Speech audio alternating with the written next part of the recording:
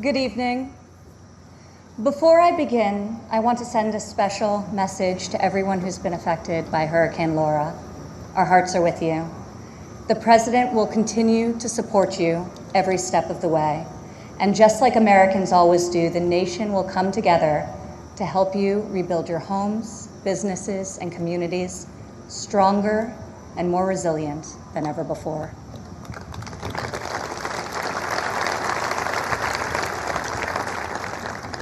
Four years ago, I introduced to you a builder, an entrepreneur, an outsider, and the people's nominee for President of the United States. Tonight, I stand before you as the proud daughter of the people's president.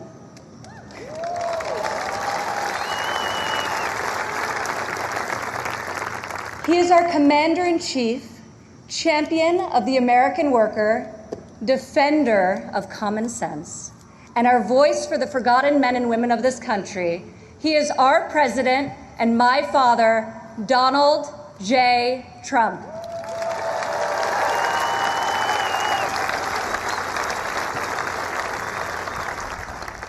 This evening, I want to tell you about the leader I know and the moments I wish every American could see. I want to tell you the story of a president who is fighting for you from dawn to midnight, when the cameras have left, the microphones are off, and the decisions really count. When Jared and I moved with our 3 young children to Washington, we didn't exactly know what we were in for, but our kids loved it from the start. My son Joseph promptly built Grandpa a Lego replica of the White House. The president still displays it on the mantle in the Oval Office right over there, so that he can show world leaders, just so they know he has the greatest grandchildren on earth. I agree. Over the last 4 years, we've learned a lot. I've seen in Washington it's easy for politicians to survive if they silence their convictions and skip the hard fights. I couldn't believe so many politicians actually prefer to complain about a problem rather than fix it. I was shocked to see people leave major challenges unsolved so they can blame the other side, campaign on the same issue in the next election. But Donald Trump did not come to Washington to win praise from the Beltway elites. Donald Trump came to Washington for one reason, and one reason alone: to make America great again.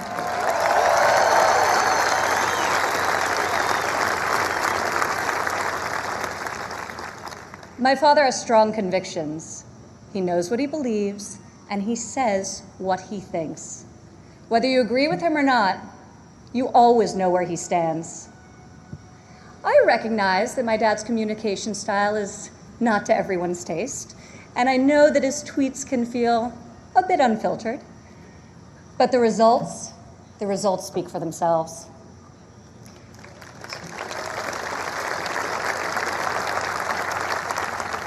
He is so unapologetic about his beliefs that he has caused me and countless Americans to take a hard look at our own convictions and ask ourselves, what do we stand for? What kind of America do we want to leave for our children? I am more certain than ever before we want a future where our kids can believe in American greatness. We want a society where every child can live in a safe community and go to a great school of their choice. We want a culture where differences of opinion and debate are encouraged, not canceled, where law enforcement is respected, where our country's rich diversity is celebrated, and where people of all backgrounds, races, genders, and creeds have the chance to achieve their God-given potential. This is the future my father is working to build each and every day.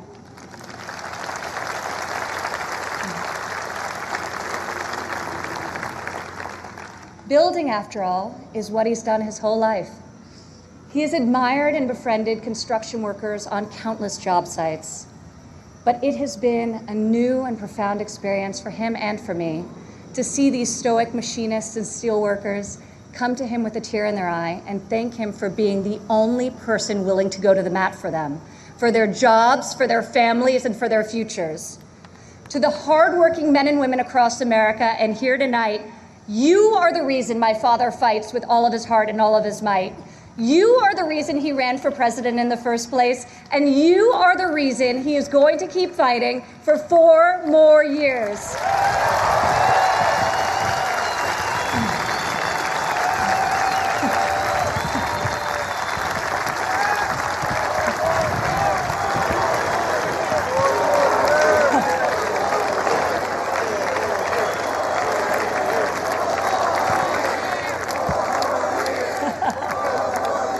4 more years. I remember one evening in early February of 2018, we were in the Oval Office with my father's top economic advisors, and the president was pushing to keep the promise he made to renegotiate the bad trade deals that had gutted millions of middle-class jobs. Most of his advisors argued that the economy was so strong following our historic tax and regulatory cuts that it didn't make sense to risk rocking the boat. After the meeting, as I walked with my father back towards the residence, he said, "You know, the reason this has never been done before is because our leaders haven't had the guts. When the economy is good, they settle for good, and when things are bad, they don't have the will or ability, so they kick the can until it's someone else's problem." He was right. If my father didn't take on these fights, no one would. In the months that followed, President Trump refused to settle for a good deal. He wanted a great deal, and ultimately, that is exactly what we got.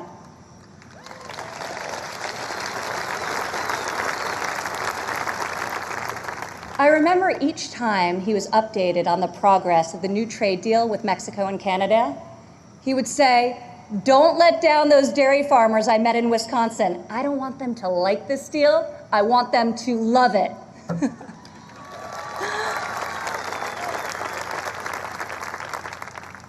Today, in the midst of this unprecedented global pandemic, it's more clear than ever that our president was absolutely correct to take on trade when he did and bring our jobs, our factories, and our life-saving medicines back to the USA.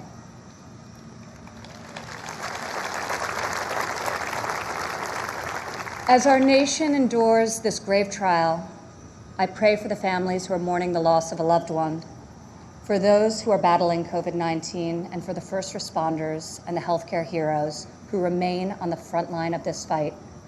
The grief, sorrow, and anxiety during this time is felt by all. I've been with my father, and I've seen the pain in his eyes when he receives updates on the lives that have been stolen by this plague.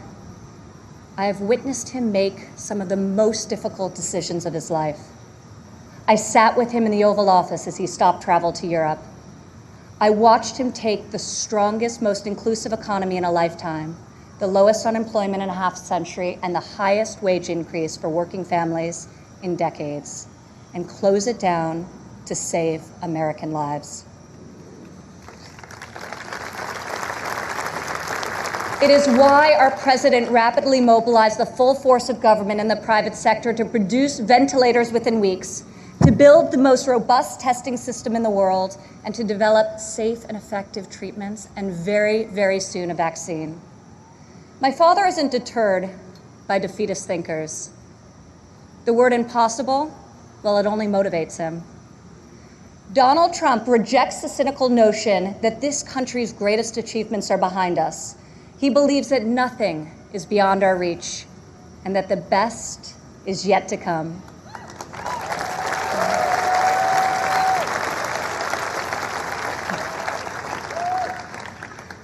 I have seen all of my life how my dad believes in the potential of each individual.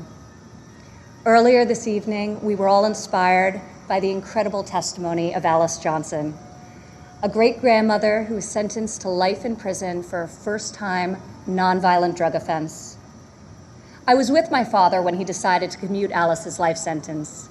Together we watched Alice leave prison after nearly 22 years. As she ran into the arms of her family and they celebrated a joyful reunion, my father got very quiet. I could see the emotion on his face. After a long silence, he looked at me and said, "Imagine how many people there are just like Alice." From that point on, he became a voice for those who had been unfairly silenced in our prison system. President Trump rectified the disparities of the 1994 Biden crime bill that disproportionately hurt African Americans. Against all odds, he brought together Republicans and Democrats and passed the most significant criminal justice reform of our generation, and we're just getting started.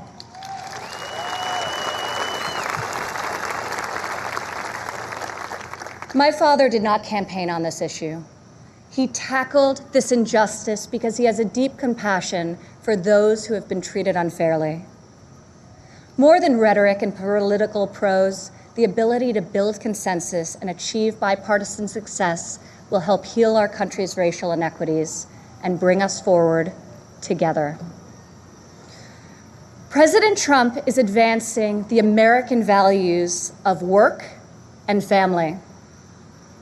4 years ago in Cleveland, I said President Trump would deliver for working women. Last year, over 70% of all new jobs were secured by women.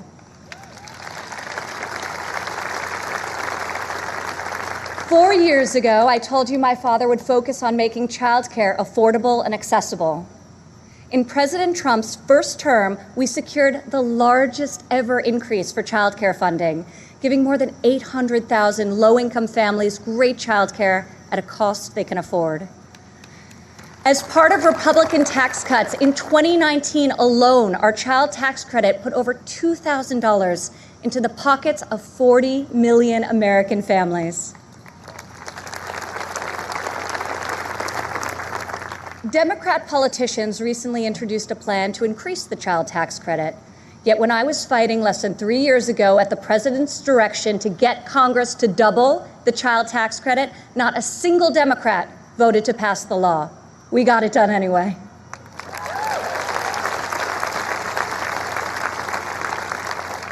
Four years ago, I promised that President Trump would support mothers in the workforce. In his first year in office, he signed into law the first ever national paid leave tax credit. Today, 8 million more Americans have access to this benefit.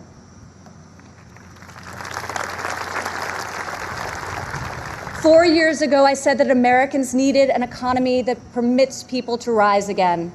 During President Trump's first 3 years in office, 72% of all new jobs went to Americans who had been outside of the workforce. 4 years ago, I told you I would fight alongside my father, and 4 years later, here I am.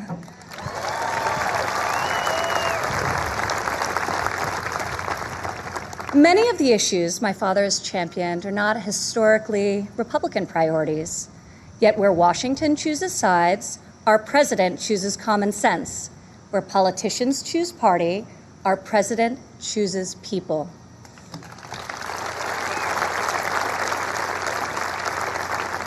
Since the day he took the oath of office, I've watched my father take on the failed policies of the past and do what no leader has done before. Recently, he took dramatic action to cut the cost of prescription drugs, despite fielding angry calls from the CEOs of nearly every major pharmaceutical company. Now, when we see attack ads paid for by Big Pharma, my dad smiles and says to me, "You know, we're doing something really right if they're hitting us so hard."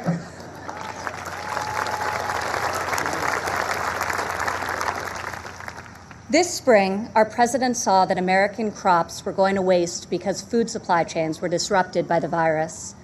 He directed Secretary Perdue and me to find a way to get this nutritious food, fresh fruit, vegetables, meat, and dairy, to families most in need. Within a matter of days, we launched the Farmers to Family Food Box program, which has now delivered over 100 million meals into the hands of American families.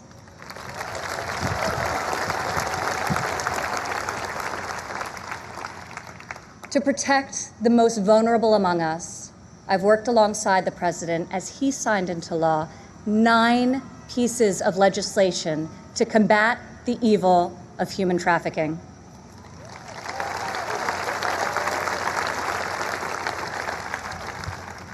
I've stood by my father's side at Dover Air Force Base as he's received our fallen heroes, and each time it has steeled his resolve to finally stop the endless foreign wars.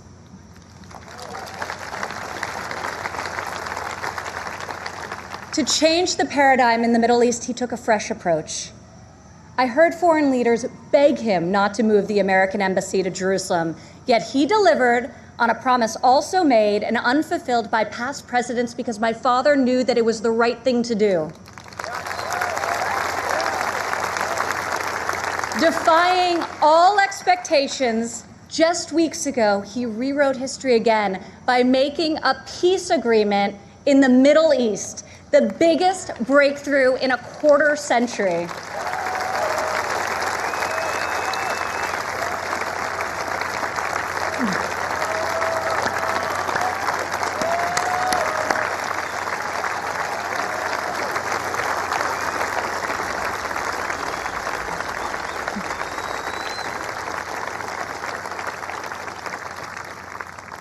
For the first time in a long time, we have a president who has called out Washington's hypocrisy, and they hate him for it.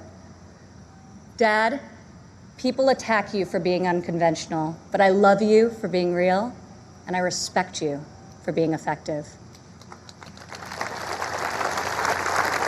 Our president refuses to surrender his beliefs to score point with the political elite. To my father, you are the elite. You are the only people he cares about scoring points with. If these problems were easy to solve, previous presidents would have done so.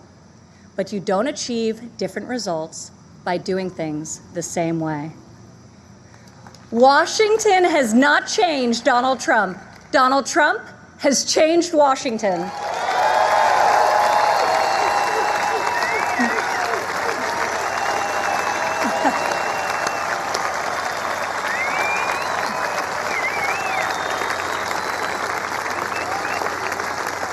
America doesn't need another empty vessel who will do whatever the media and the fringe of his party demands. Now more than ever, America needs 4 more years of a warrior in the White House.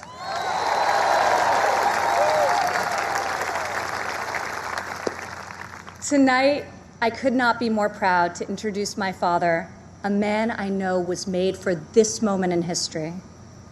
My fellow Americans, our First Lady, and the 45th President of the United States, Donald J. Trump.